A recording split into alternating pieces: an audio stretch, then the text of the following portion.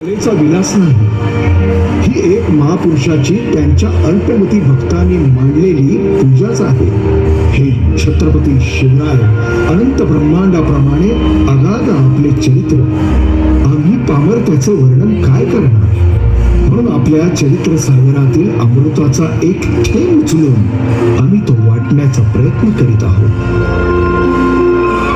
बोला शिवछत्रपती शिवाजी महाराज की जय. तो काळ होता महाराष्ट्राचा, गजांत लक्ष्मीच्या वैभवात नांदण्याचा, उदंड ऐश्वर्य उपभोगण्याचा. महाराष्ट्र सर्वत्व कलेचा परिमळ, बुद्धीचा सुगंध पराक्रमात दरवळत होता. महाराष्ट्राला परंपरा लाभली ती सम्राट शातवाहनांच्या पराक्रमाची. महाराष्ट्र धर्म, शास्त्र, तत्वज्ञान, कला, विद्या या बहुअंगाने विकसित होता. शूर, वीर, कवी, राजे, पंडित, सांत, थोर, स्त्रिया सगळे सौख्याने नांदत होते.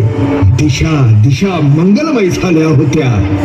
महाराष्ट्र असा सुखाने नांदत असतानाच एका दृष्ट काल यौवनाची वक्रदृष्टी महाराष्ट्रावर पडली. या काळात महाराष्ट्र परकीय स्वाऱ्यांच्या टाचे खाली भरायला जात होता.